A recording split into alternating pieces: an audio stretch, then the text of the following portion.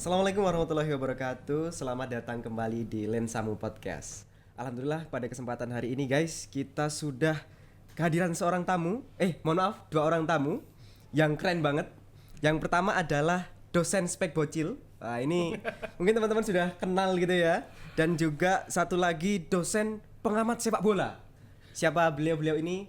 Kita ucapkan selamat datang kepada Mas Fajar Junaidi dan Mas Najih Kori. Ini ngomong-ngomong soal mahasiswa ya Mas ya. Mungkin dulu sebelum jadi dosen pasti pernah jadi mahasiswa. Ini jadi dosen ini sebetulnya keinginan dari kecil atau kenapa? Ini keblasok apa kepiye gitu? Mas Najih. Oke. Saya sebenarnya nggak pengen jadi dosen sebenarnya, pengen jadi artis saya itu. Serius ya pengen jadi artis. Tapi masalahnya muka pas-pasan gitu ya.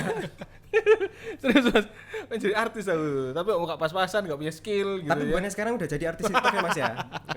Nah itu dia, nanti ada kaitannya, begitu ya. Terus intinya adalah saya tuh dulu suka ngomong, itu aja. Pengen itu suka ngomong. Kemudian salah satu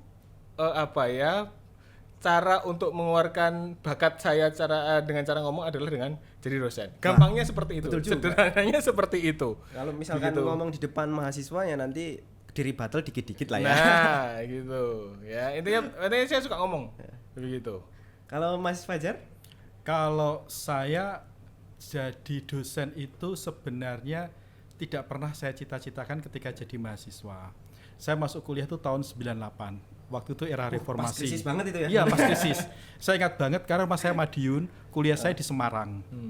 Dan kebetulan saya lewat jalur PMDK, jadi jalur yang lebih awal. Betul. Aku enggak gitu. Beda sampai tos. S1, S2-nya atau? S1-nya.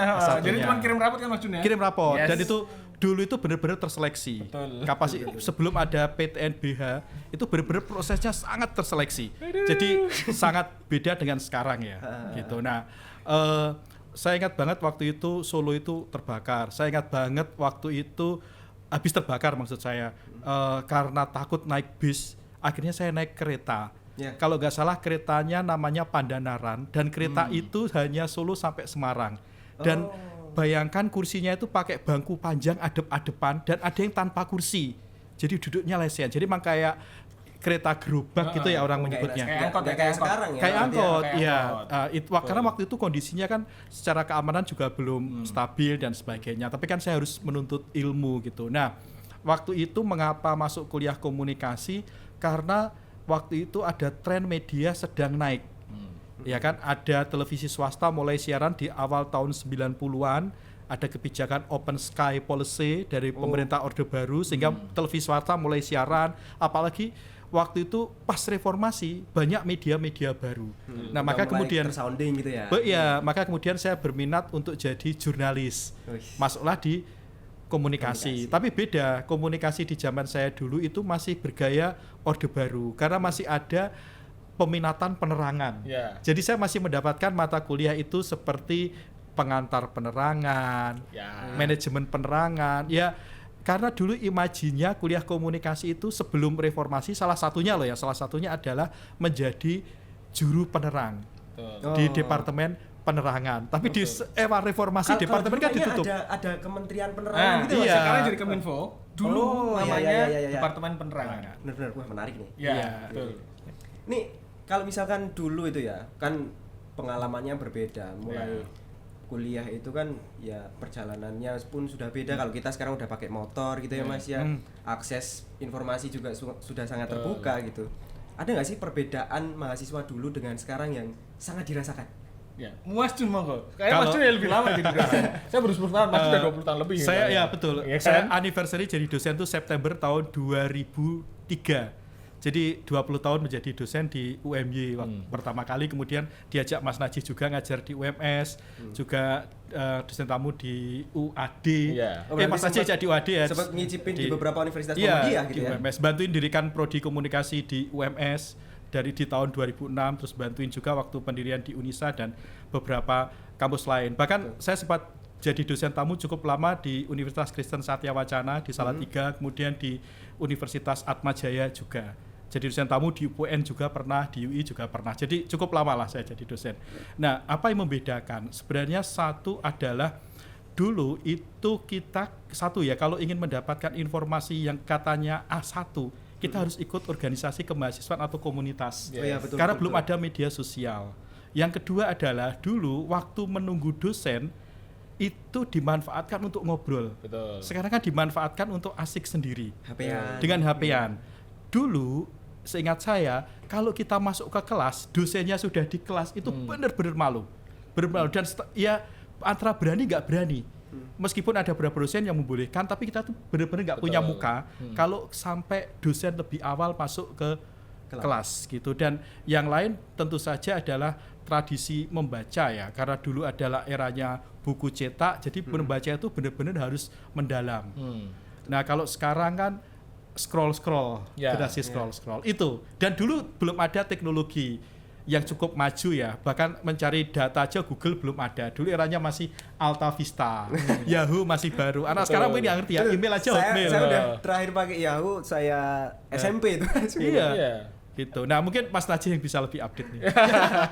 Ya karena gini, saya tuh mengalami masa transisi perkuliahan itu. Jadi saya tahun 2006 kuliah, begitu. Kemudian sampai di tahun 2010 saya kuliah itu mengalami masa transisi antara analog dan digital, begitu. Google udah ada waktu itu, udah mulai Yahoo, begitu ya. Yahoo, kemudian bahkan sebelum Yahoo itu ada boleh.com. Jadi kayak model apa Boleh.com. ya? Ya boleh.com itu kayak Yahoo tapi versi Indonesia. Waktu itu Yahoo Jangan-jangan itu saingannya Gatot Kaca, Mas? aku nggak ngerti ya, tapi yang jelas begini. Gatot Kaca yang very. Iya, jadi itu semacam apa namanya mailing list begitu, yang mana itu untuk memfasilitasi orang-orang yang beginner sebelum masuk ke Yahoo. Saya ingat banget. Itu tahun 2004 sampai antara 2003 sampai 2006 katakanlah seperti itu. Kemudian berubah ke Yahoo dan lain sebagainya. Yang mana yang tadinya itu analog. Jadi gini, saya masih ngalamin kuliah pakai OHP. Masih ngalamin. Oh, masih ngalami. Begitu ya. Era saya belum pernah mengalami LCD proyektor. Sama. Serius, saya kuliah selalu mengalami OHP. Singkatannya adalah overhead proyektor, karena nggak boleh panas. Betul, karena panas itu dipateni. Iya. Pakai rugos Mas. Rugos. Itu saya udah nggak dapet itu. Iya, tapi itu artefak lama itu masih ada di kampus-kampus tua itu pasti ada begitu ya. Jadi OHP ke proyektor, kemudian sekarang ke TV apa tuh? LED sampai Smart ke ini TV. Smart TV. Nah, Smart TV. begitu. Jadi yang benar-benar bisa saya rasakan yang pertama adalah kecepatan informasi. Arus informasi itu benar-benar yang bisa membedakan antara yang dulu itu kita harus nunggu berapa saat terlebih dahulu untuk dapat informasinya.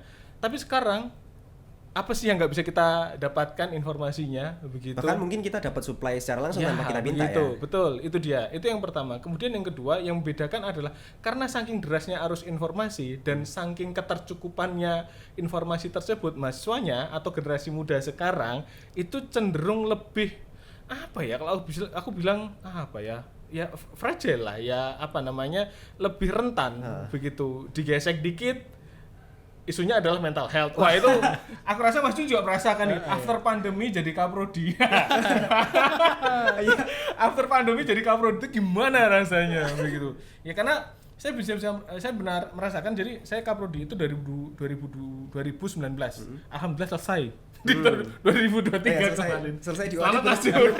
Belum lama berarti ya Mas ya? Belum lama, jadi 5 tahun lah, 5 tahun. Jadi 2019, 2020 itu pandemi. Nah after pandemi itu banyak sekali banyak sekali perubahan lah. Gapnya jauh gitu ya. Betul, banyak sekali. Jadi kayak apa ya, kalau dari orang itu jatuhnya langsung ke bawah banget. Oh, benchmarkingnya. Ya, kalau mau benchmark ke 19 nggak bisa.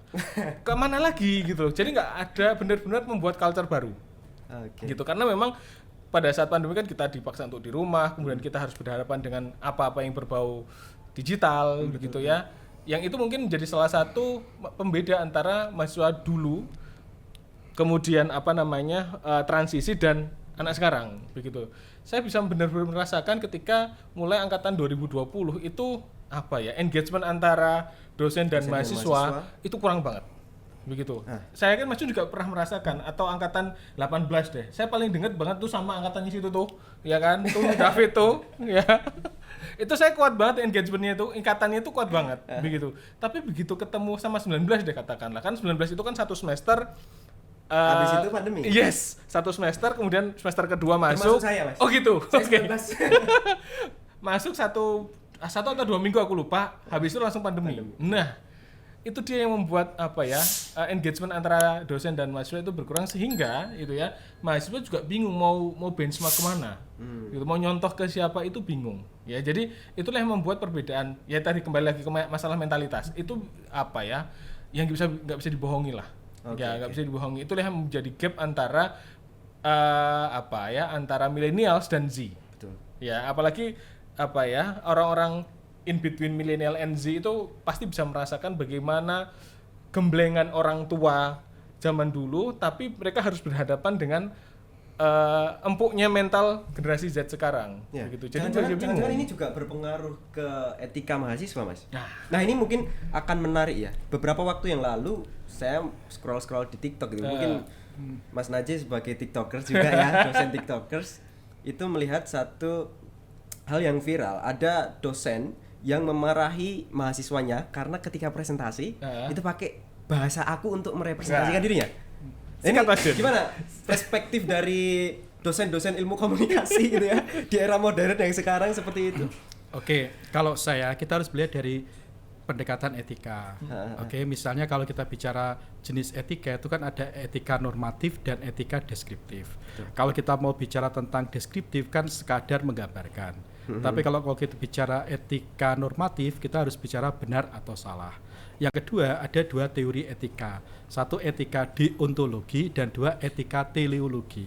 Kalau kita bicara etika deontologi kan bicara masalah kewajiban. Ya kan, bicara masalah law and order, tatanan. Kalau bicara teleologi kan bicara tentang tujuan. Nah, kalau saya begini, kita sebagai dosen itu kan secara etika deontologi punya kewajiban memberikan contoh. Betul. Engarso sung tulodo. Ya, yang di depan memberikan contoh. Ya kalau kita memberikan contoh misalnya dengan menggunakan saya dekat dengan mahasiswa, insya Allah ya, mahasiswa manggil saya Mas. Saya sering ke kantin ngopi dengan mahasiswa. Ya kan, saya selalu bilang pada mahasiswa, saya itu mendapat amanah dari ayah bunda untuk membersamai teman-teman. Saya aja nggak pernah manggil mahasiswa itu kalian. Seriously, saya manggil mahasiswa itu teman-teman. Bisa tanya ke Mas Riki, Mas Adam, Mbak Afin yang alumni saya berusaha manggil mahasiswa teman-teman. Karena apa? Itu meningkatkan engagement dan kita memberikan penghargaan pada mereka. Betul. Ya kan? Lah kalau kita tidak memberikan apresiasi pada mahasiswa, kemudian tiba-tiba kita memarahi mahasiswa kan tidak tepat. Kita akan tepat kalau mahasiswanya sudah diberikan contoh, dikasih tahu secara baik-baik, tetap nekat seperti itu. Mengapa? Kita harus menyiapkan mahasiswa itu kan siap di dunia kerja. Kebetulan saya asesor di Badan Nasional Sertifikasi Profesi. Gitu. Kebetulan saya bagian dari lembaga sertifikasi profesi di Universitas Muhammadiyah Jogja. Dalam salah satu elemen kompetensi itu ada nama JRES, Job Role Environment Skill, kemampuan untuk menyesuaikan dengan dunia kerja. Diksi pilihan kata itu adalah bagian untuk menyesuaikan diri dengan dunia kerja. Itu yang sering saya sampaikan pada mahasiswa. Jadi kalau kita menegur atau yang lebih parah adalah memarahi, kita harus memberikan alasan. Mengapa betul. teman-teman itu harus menggunakan kata saya alih-alih menggunakan kata aku. Karena itu tadi Mas, job, role, environment, skill. Ya kan, kemampuan menyesuaikan diri dengan dunia kerja. Begitu penjelasan menarik saya. Ya. Karena memang saya kan ngasdos juga Mas di Universitas Muhammadiyah Yogyakarta. Sering sekali menemui mahasiswa yang ketika presentasi atau menanyakan sesuatu kepada dosen saya kok pakainya aku. Wah, itu saya sebagai asistennya saja. Wah, ini bahaya nih anak nih. Itu gimana Mas kalau misalkan di UAD ada nggak sih case kayak gitu juga? Gini. Sebenarnya dosen itu apalagi menghadapi milenial itu dalam kondisi dilematis. Gitu. Kenapa? Satu sisi kita harus memenuhi standar aksen dikti, ya kan? Yang sedemikian itu. Ya kan? Tapi satu sisi kita harus juga ngomong dalam tanda kutip juga mental mahasiswa. Gitu. Ya kan gini, isu mental health ini kan menjadi hal yang cukup seksi begitu ya. Apalagi kemarin saya habis dibully itu di Twitter gara-gara isu mental health. Oke, itu nanti saya baca, itu bahas nanti. Tapi begini, intinya adalah yang harus disadari oleh mahasiswa, kok dalam hal ini adalah komunikasi itu punya konteks ruang dan waktu. Oke lah, ketika di luar, ketika di kantin katakanlah tadi Mas Jun cerita kalau dekat dengan mahasiswa, kemudian sering nongkrong di kantin, oke lah nggak apa-apa. Ada konteks ruangnya itu adalah di kantin, nggak apa-apa. Itu adalah ngobrol as a friend katakanlah seperti itu. Bahkan sambil merokok juga nggak apa-apa ya Mas ya? Nggak apa-apa, hati-hati. Ya, oke. Wes tak tahan-tahan malah dicolke gitu ya. Gak apa-apa Mas. Iya, oke. Muhammadiyah garis lucu. Oke. Tapi begini, kalau mungkin dalam konteks yang tadi ya, karena gini, saya juga sempat lihat itu VT-nya di TikTok begitu. Masalahnya adalah konteks ruang dan waktunya di situ adalah ujian skripsi. Aku nggak ngerti apakah itu ujian skripsi atau proposal, tapi yang jelas itu adalah konteks formal. Nah, itulah yang tidak bisa atau mungkin agak kurang bisa dibedakan antara mahasiswa dan mahasiswa ketika dia itu konteks ruangnya di kantin dan konteks ruangnya itu di acara formal atau di kegiatan-kegiatan akademik. Yang mana itu tetap harus dipakai. Begitu loh. Ya, ketika saya sepakat sama dosennya itu begitu ya. Ini adalah konteks kajian akademik atau forum akademik harus pakai bahasa formal.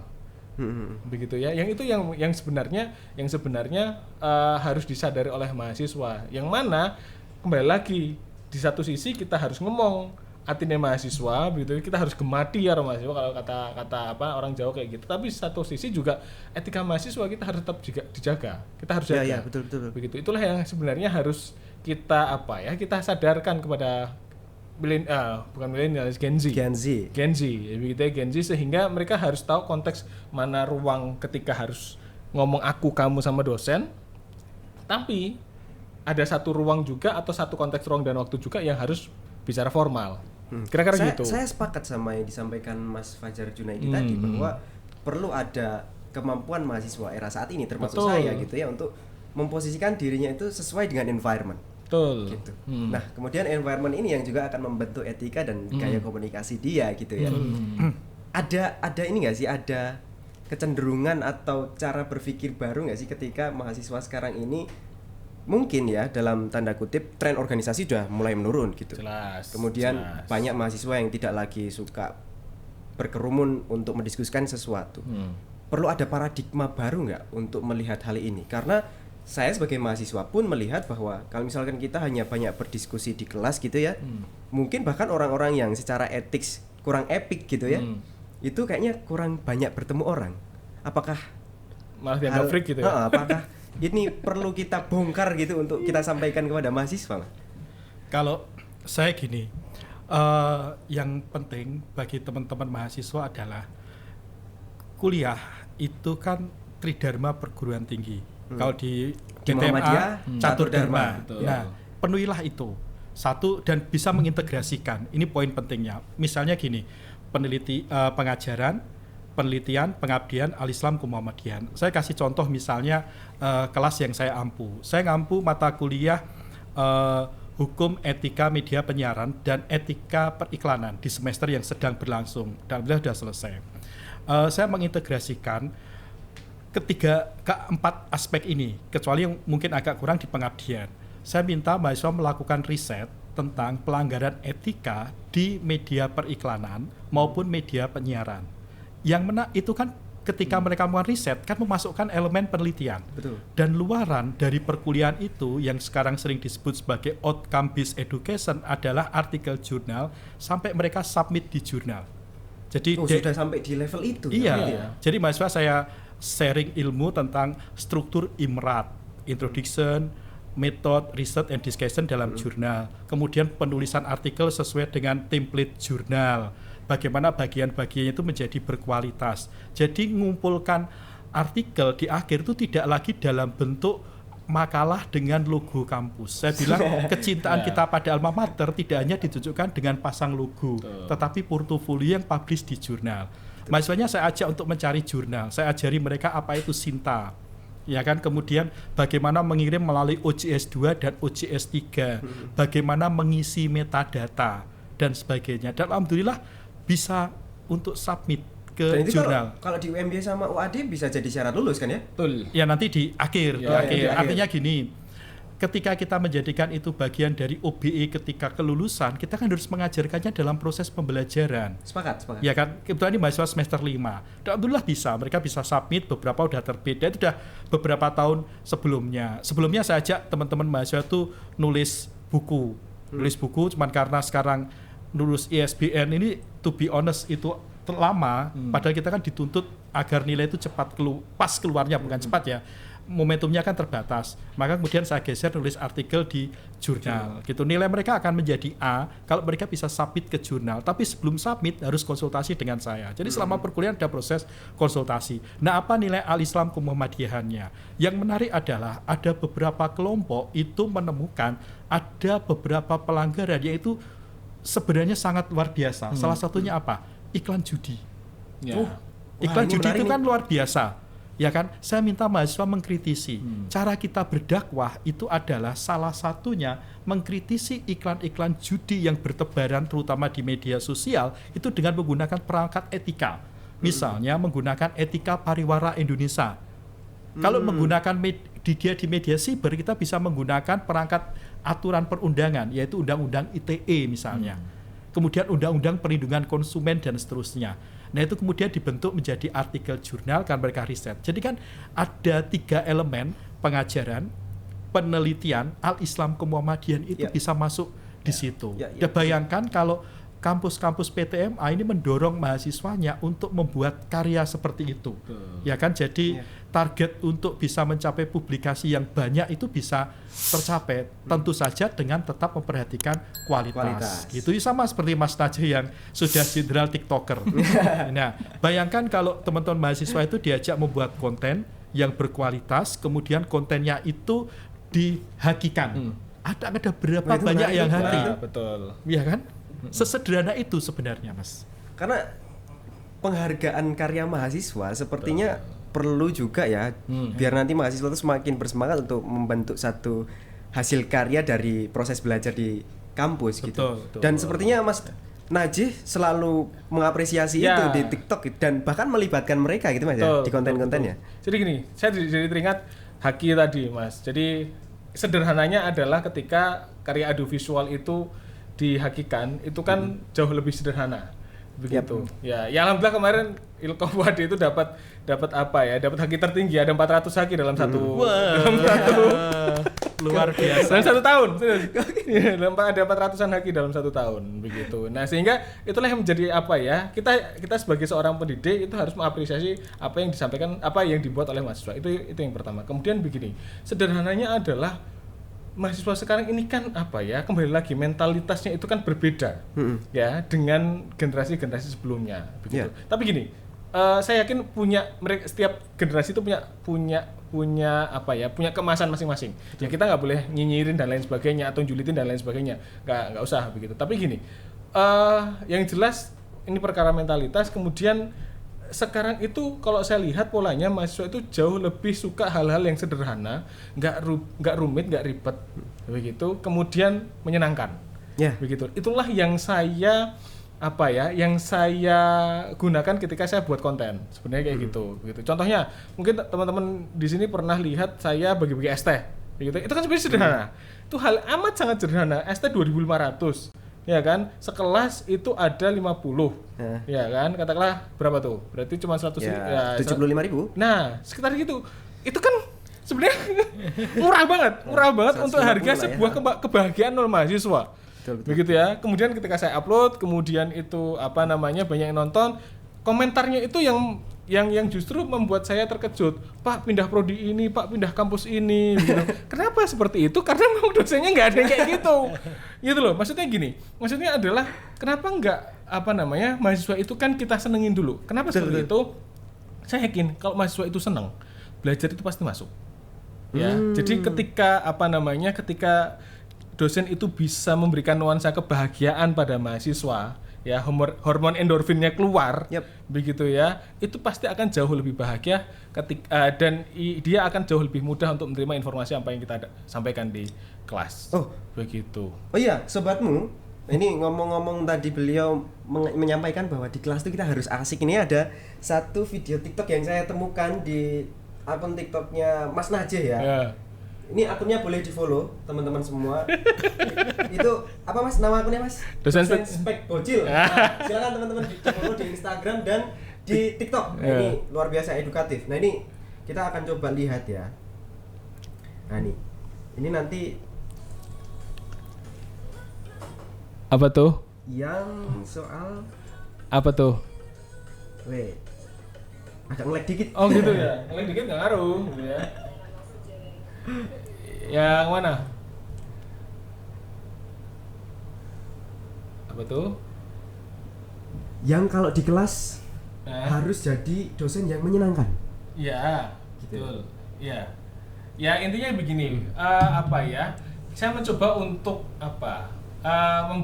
Membuat gambaran bahwasanya kuliah itu nggak semenyeramkan itu. Gitu loh. Apalagi kuliah di komunikasi begitu. Karena gini, saya lihat marketnya komunikasi itulah anak market yang nggak mau ribet. Kenapa? Saya tanya, kenapa masuk komunikasi? Nggak ada hitung-hitungan, Pak, gitu. Kenapa masuk komunikasi? Gampang aja tinggal ngomong doang kayak gitu. Oh, oke. Ya, Tapi memang benar seperti itu ya, nggak ada matematika sama sekali. nggak ada, pasti ada. Apa namanya, MPK kuantitatif sama statistik. Nah, itu kan pasti ada begitu ya. Tapi begini, kita kemas supaya mahasiswa itu apa, melihat apa ya, kerumitan kuliah itu dari sudut pandang yang membahagiakan. Begitu sehingga orang itu nggak takut untuk kuliah. Begitu loh. Berarti Karena memang bondingnya Mas Najih itu seperti itu ya? ya, bisa dikatakan seperti itu. Kenapa seperti itu? Karena ya apa ya, gini, saya belajar dari pengalaman saya ketika kuliah.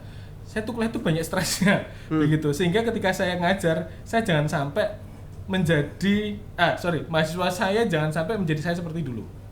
Oke. Karena ya dosen-dosen dulu tuh benar-benar strict ya. Jadi strict banget. Ya masih banyak didominasi oleh dosen-dosen sepuh yang paradigmanya itu paradigma komunikasi lempeng lah katakanlah seperti itu. Masuk kajian baru aja udah nggak noleh. Berarti dosen killer tuh udah nggak masuk market mahasiswa sekarang gitu ya? Itu Tapi dia. kayak kita beda nasib pas kuliah. Iya, kayak itu. Ya, jadi saya coba untuk ya kan nggak bisa beda. Tidak boleh sebut Aduh, ya sudah. Ya itu, kita kira gambarnya seperti itu. Oh, gitu. Jadi semakin kesini semakin saya mikir cuman gimana caranya supaya dosen itu mahasiswa itu bahagia. Setidaknya ketika dosen datang, ya itu muka itu nggak stres.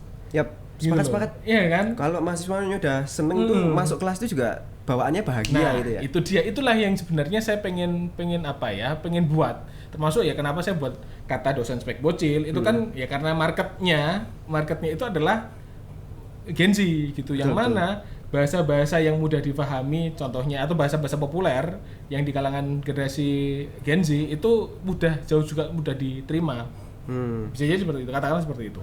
Nah ini menarik nih, karena yang saya hadapi sekarang ini tokoh-tokoh yang punya background berbeda. Yang satu content creator, yang satu komentar sepak bola. Wah, kalau Mas Jun approach-nya gimana ke mahasiswa? Apakah memang marketnya di UMY itu banyak mahasiswanya yang suka sepak bola atau seperti apa? Atau memang suka sepak bola dari sananya kemudian dijadikan sebagai alat pendekatan gitu? Oke, satu, saya beda nasib dengan Mas Najih ya. Ketika saya kuliah S1, saya mendapatkan suasana pengajaran yang itu menyenangkan. Iya. Saya ingat banget dosen-dosen saya di S1 komunikasi dulu di Universitas Diponegoro Semarang, itu saya manggil dosen saya Mas dan Mbak. Beberapa tetap Bapak Ibu ya, tapi sebagian besar itu adalah Mas Mbak. Dan yang menarik adalah di kantin itu nggak malu untuk ngajak mahasiswa makan. Itu yang kemudian saya bawa ketika perkuliahan. Mengapa saya minta dipanggil Mas? Karena ketika S1 kognisi sosial saya udah terbentuk seperti itu. Satu itu. Yang kedua, saya jadi seneng gitu. Saya ingat banget kuliah S1 itu telat, baru sekali telat. Lainnya karena waktu setelah sholat subuh ketiduran. Lainnya saya nggak pernah telat. Saya tuh berusaha untuk tidak pernah telat gitu. Nah, sekali telat gara-gara ketiduran setelah sholat subuh waktu kuliah jam 7. Dan itu bagi saya sangat dosa gitu untuk telat, dan saya benar-benar nggak berani masuk ke ruang kuliah. Jadi akhirnya saya memilih untuk bolos saja waktu itu. Nah, kemudian saya ingat banget ketika kuliah saya belajar beberapa teori, terutama teori-teori dependensia, ketergantungan gitu misalnya. Kemudian teori pembebasan, ada André Guderfrank, Samir Amin, dan terutama adalah Gayatri Spivak, dan terutama adalah Paulo Freire. Paulo Freire itu kan menjelaskan pedagogi itu adalah memberikan sebuah harapan. Pedagogi of the hope. Ya kan? Jadi orang diminta untuk berharap kepada sesuatu atau Betul. mengharapkan sesuatu di masa yang akan datang Betul, gitu ya. dan Freire menolak pendidikan model banking di mana peserta didik dianggap sebagai gelas kosong, kemudian kita tuangi, terus dianggap gak punya pengetahuan. Nah, kita kan sebenarnya tidak perlu menjelaskan itu kepada mahasiswa basis paradigma kita, misalnya gaya Freirean seperti itu. Tapi kan kita bisa bawa ke suasana pembelajaran. Ya. Misalnya sekarang ketika mahasiswa saya ajak untuk menulis artikel publish di jurnal atau publish di media, mereka saya ajak untuk writing camp. Di mana writing campnya? Di kantin. Kantin UMY samping Asik banget lapangan. Ya kan? Saya belikan gorengan, tidak bermaksud riak ya. Kalau saya punya rezeki lebih, saya belikan gorengan. Ya monggo silakan makan gorengan dan Kalau sebagainya. mahasiswa yang ngasih, kalau dosen yang ngasih mahasiswa nggak masuk gratifikasi? Enggak. Saya nggak mau dikasih, tapi saya berusaha untuk memberi kepada teman-teman. Dan itu kan juga sebenarnya tidak terlalu tinggi nilainya. Kan masalah keakraban saja. Ya kan mereka kan seneng gitu. Saya bilang, ini saya lagi ulang tahun bulanan loh, monggo silakan gitu. Nah, mereka mau ngerjakan. Bahkan dari siang sampai jelang maghrib itu saya dampingi teman-teman mahasiswa. Nah, artinya apa? Kita mahasiswa itu butuh fasilitator, orang yang memfasilitasi mereka untuk menghasilkan karya, menghasilkan outcome dari proses pembelajaran. Kan lucu sebenarnya kalau kita kuliah, mahasiswa disuruh membuat paper, tidak pernah ada konsultasi, tiba-tiba disuruh mengumpulkan. Nah, sepakat. Iya kan? Sering terjadi. Iya kan? Kalau saya berusaha tidak seperti itu. Jadi ada kesempatan pada teman-teman mahasiswa untuk konsultasi. Akhirnya mereka mendapat nilai bagus karena ada proses konsultasi, dan ketika konsultasi juga saya catat. Bahkan ketika saya meng-entry nilai di akhir perkuliahan tuh mahasiswa satu kelompok saya panggil, udah sekarang jujur-jujuran, saya juga tahu loh sebenarnya siapa yang rajin konsultasi dan tidak. Yang tidak rajin monggo silahkan membuat pengakuan, nilainya kan tidak boleh sama dengan teman-teman yang rajin.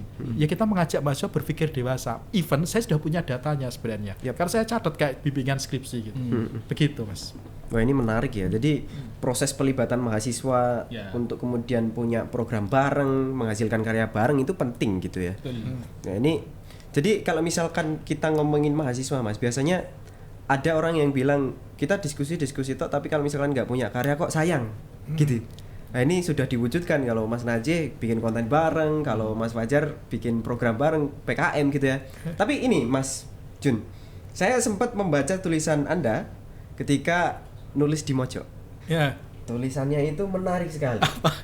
Gunung Sampah TPST Piungan adalah objek wisata andalan Jogja yang lebih keren.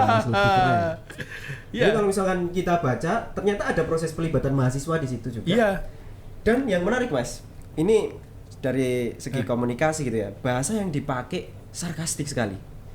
Atau kan misalkan kita lebih bilang itu nggak sarkas ya, cuman lebih dekat dengan satire, lebih ke satire. Tapi dengan pelibatan mahasiswa di sini, mahasiswa dijadikan satu subjek yang juga berperan untuk mengkritisi kinerja pemerintah dari perspektif mahasiswa dan karyanya. Nah ini gimana? Apa yang menjadi unek-unek Mas Jun melihat suasana Jogja yang sekarang Mas? Ini kayaknya ada pesan yang perlu disampaikan gitu ya. Gini, ini story ya. Rumah saya itu di Jalan Pleret KM 1,5 dekat Masjid Ahmad Dahlan. Nah, dari TPST Piungan itu paling kalau di Google Map itu hanya sekira 3,5 kilo. Saya sering goes ke arah sana. Kan dekatnya sosok itu ya, nyepedahan gitu. Nah, sebelum pandemi sekitar tahun 2018, mahasiswa saya itu ada 2 kelompok itu produksi reportase di TPST Piungan. Dan waktu itu saya ngajar mata kuliah jurnalisme penyiaran teknik reportase di UMY. Dan saya dampingi Mas. Jadi proses pembelajaran kan ya nggak hanya di kelas, kan itu praktikum. Saya datang ke sana, waktu itu kayaknya Mas Riki atau siapa ya asisten labnya, kita produksi saya tak temenin. Bahkan saya ingat banget itu kali pertama saya masuk TPST Piungan. Kali kedua. Sebelumnya bareng sama teman-teman MPM karena saya kenalnya membersamai mahasiswa menghirup harumnya TPST.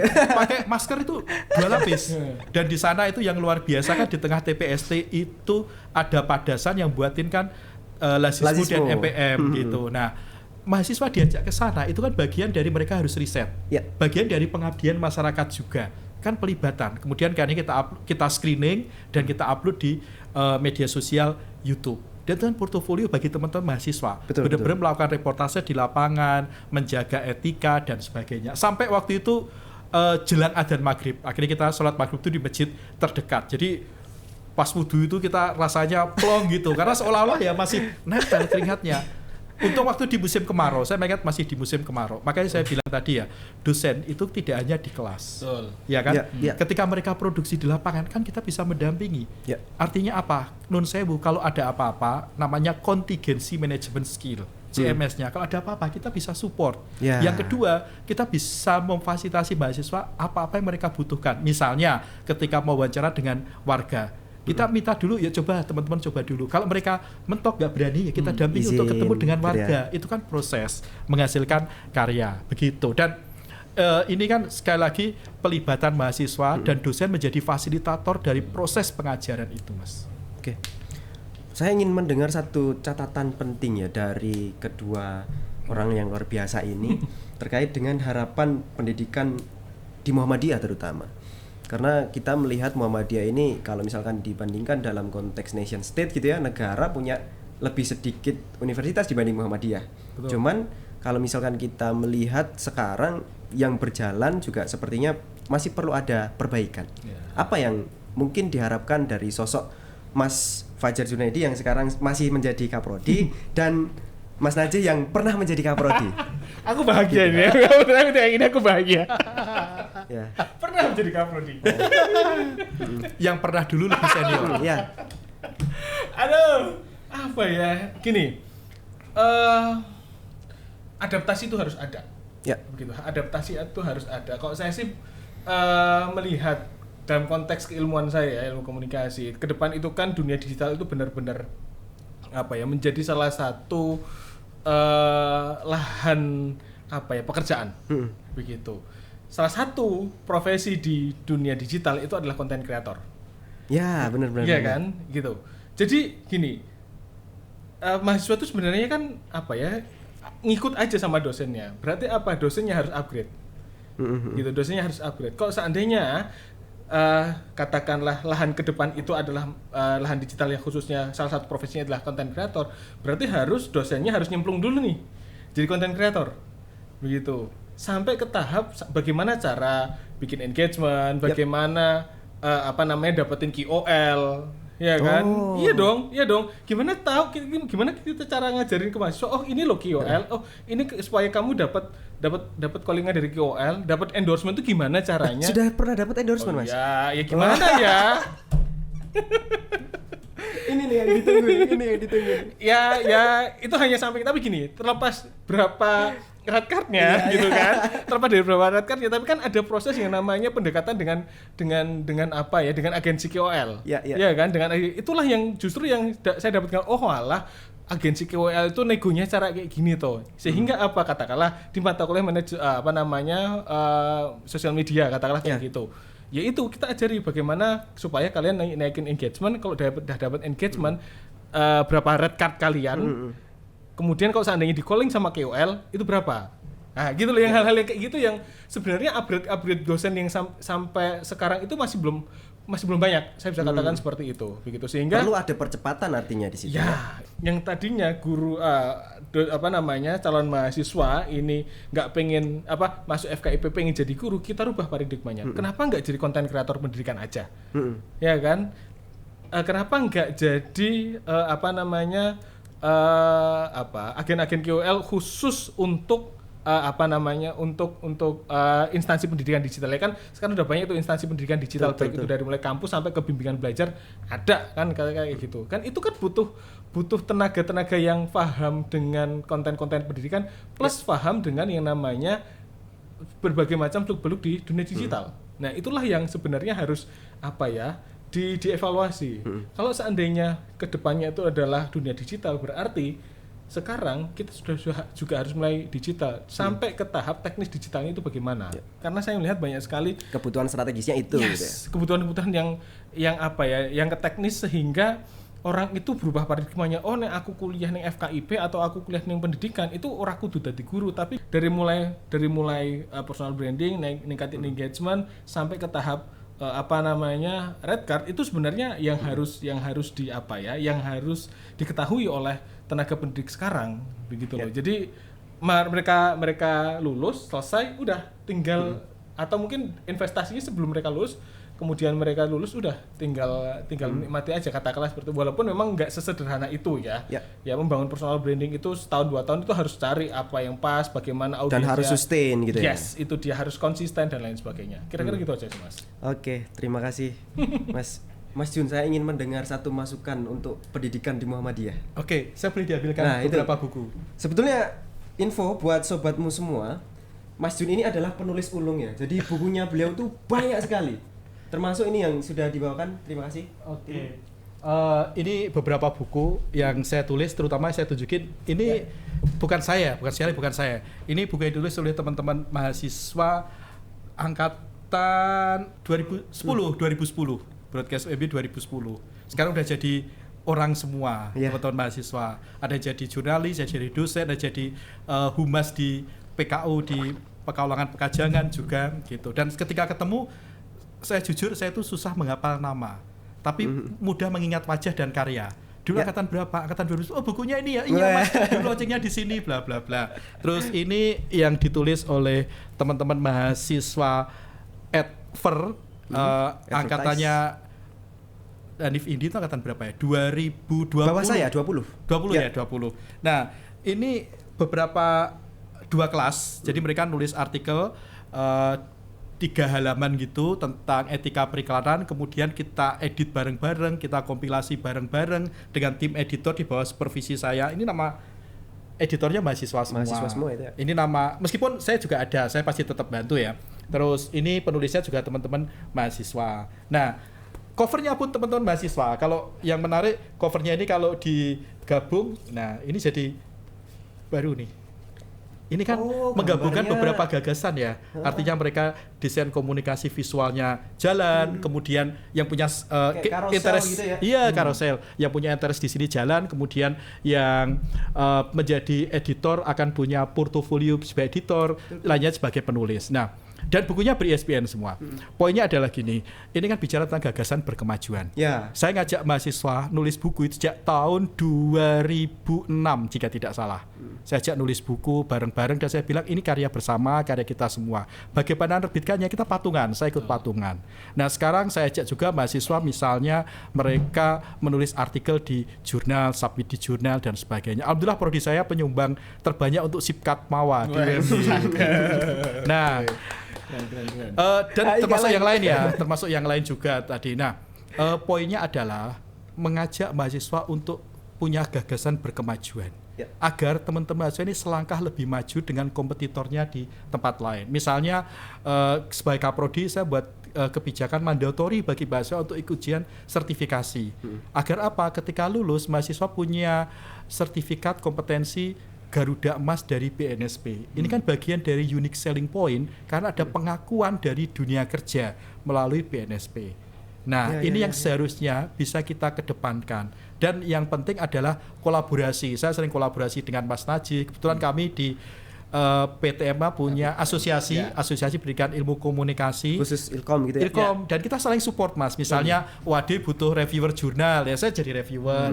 Mahasiswa saya kirim artikel ke WAD, WAD kirim artikel ke jurnal kami di UMB. Itu juga dengan PTMA yang lain. Ini kan bagian dari kolaborasi, terutama kita yang kampus besar itu mensupport kampus-kampus yang Nun Sewu menengah dan kecil. Bahkan saya bilang support gitu ya. Support. Ya mohon artikelnya benar-benar digarap dengan serius, pasti kita akan sediakan bukan slot itu. Ya, tapi sekali lagi bukan slot untuk artikel juga terbit ya, itu kan nggak fair dalam. Tapi kita akan membantu teman-teman untuk terbit di jurnal. Kan sekali lagi gagasan kolaborasi ini yang penting gitu, agar teman-teman mahasiswa nanti ketika lulus itu punya sesuatu yang dibanggakan. Ketika masuk ke dunia kerja mereka punya unique selling point yang berbeda dengan mahasiswa dari kampus lain. Ini menurut saya, dan ini bisa dilakukan di semua jenjang pendidikan. Contoh misalnya ya Mas, ini sebagai penutup, saya pernah melakukan program pengabdian masyarakat 2 tahun yang lalu di SMA Trensain Muhammadiyah Sragen. Kebetulan anak saya sekolah di sana, sekarang kelas 3. Nah, bukan karena anak saya sekolah di sana, bukan, tapi karena saya melihat yang punya analisis SWOT saya bisa adalah ini strength-nya. Program pengabdian kami adalah membersamai sekolah untuk punya jurnal. Jadi kami mentraining guru-gurunya. Itu bahkan di tingkat sekolah menengah ya? SMA, dan akhirnya mereka punya jurnal. pakai mesinnya OJS 3, namanya Jurnal Integrasi Sains dan Quran. Siapa yang jadi reviewer dan editor? Guru-guru dan dosen jejaring. Siapa yang jadi autornya? Murid didampingi oleh guru-guru. Sudah terbit 4 edisi. Dan kita berusaha untuk mensintakan. Oke, kalau kita tanya ke Google, itu adalah SMA pertama yang punya jurnal. Jadi kan portofolionya jelas. Apa keunggulan SMA ini? Oh, punya jurnal karena mengedepankan sains, ya kan? Kalau kita bicara tentang kehormatan tertinggi dalam sains, itu kan nulis di jurnal. Bayangkan ketika siswa ini lulus, dia masuk kuliah, kampus kan seneng Mas, Ya. dapat raw input yang dia sudah paham tentang perjurnalan. Iya, dia sudah tahu tentang OJS, dia sudah tahu bagaimana etika korespondensi dengan editor jurnal, bagaimana struktur imrat dan sebagainya. Ini menurut saya yang penting. Bayangkan kalau lebih banyak sekolah-sekolah Muhammadiyah yang punya keunggulan seperti ini, yang masing-masing punya keunggulan sendiri-sendiri juga gitu. Misalnya Mas Najih sebut tadi konten kreator, yang belum banyak digarap kan tentang digital. Ya kan? Bayangkan kalau ada jurusan itu adalah jurusan konten kreator, prodi konten kreator. Secara spesifik ngomong seperti itu. Menghasilkan influencer Betul. muda. Yang Keren banget itu. Mereka bukan hanya karya tapi juga punya etika ketika buat konten. Mereka tahu bagaimana batasan-batasan yang bisa dilakukan dan tidak bisa dilakukan. Bagaimana riset dalam media digital, terutama media sosial, itu kan menjadi sesuatu yang luar biasa. Lompatan-lompatan berkemajuan ini yang menurut saya penting untuk dilakukan. Tapi ya tadi kata kuncinya, kita harus mendampingi mahasiswa dan siswa. Ya kan, kita harus menjadi fasilitator bagi mereka. Jangan dilepas gitu. Kita harus mendampingi mereka agar hal ini bisa tercapai. Begitu. Gimana sobatmu? Ini manusia-manusia keren nih. Harapannya ini ada ya tumbuh-tumbuh baru gitu ya, dosen-dosen di Muhammadiyah yang punya perspektif seperti ini. Karena memang membangkitkan satu perspektif bahwa mahasiswa saat ini bukan cuma pinter ngomong, bukan cuma pinter WhatsAppan gitu, tetapi harus punya wilayah-wilayah yang jadi critical appraisal.